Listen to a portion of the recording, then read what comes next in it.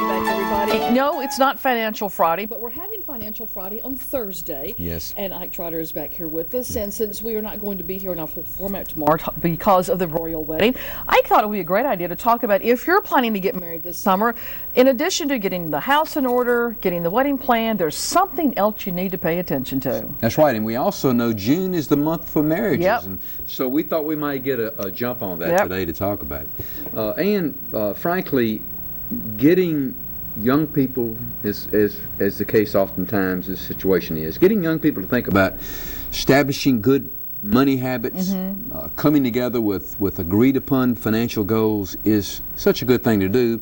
But unfortunately, that's the last thing on most young couples' minds when they're getting married. Exactly, and I would think it would be hard that you've got two people who have been probably managing their own money and they've got their own ideas. How do you get those together as one and come up with a plan? What are some things or some guidelines that they should be following to bring that money together? You got to create a grid, and what I've got is 5 points that we might could start with. Okay. So let's jump right in there. The first thing is you've got to take inventory of what each party brings to the marriage.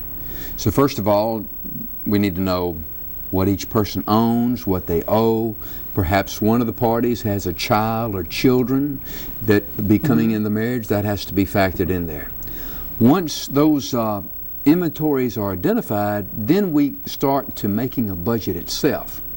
And a budget is pretty much like everything we've ever served on board. You start with what the income is and what are those expenses that are going to be coming out of the income. Start with things like housing, clothing, car payments, insurance, gasoline today. Oh, God. Things like that. A key to a budgeting process, I think, is making sure that you build in a cushion for those unexpected expenses that come up. Well, how do you come to terms if one person says, oh, we need to do it this way, and another person says, no, we need to do it this way? How would you advise that couple to find the common ground? Talk. You got to talk.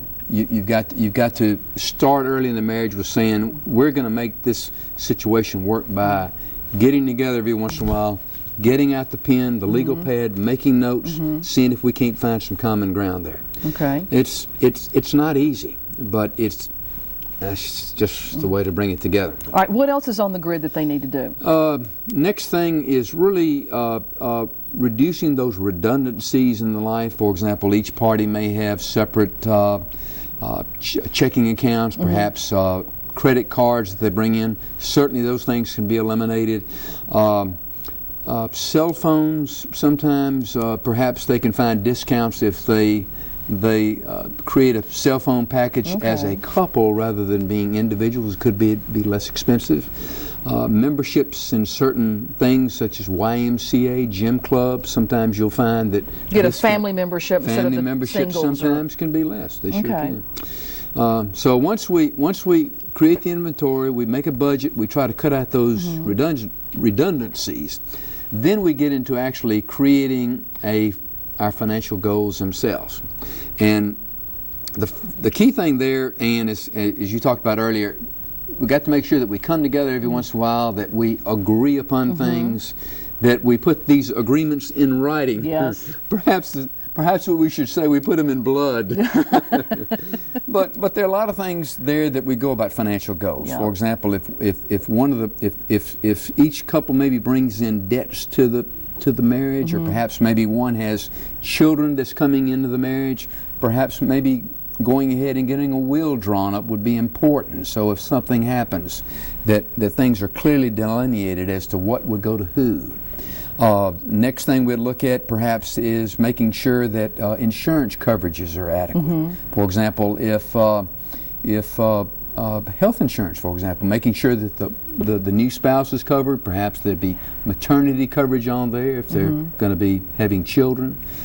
Life insurance coverages, you want to make sure beneficiary designations are correct, perhaps. So a lot of things that you don't really think about maybe as a single person, but when you come together, you definitely have to think about it. The main thing is just talk about it. Talk. Talk. Make sure you're talking, yeah. All right, Ike. Thanks so much for being with us. We'll see you back here in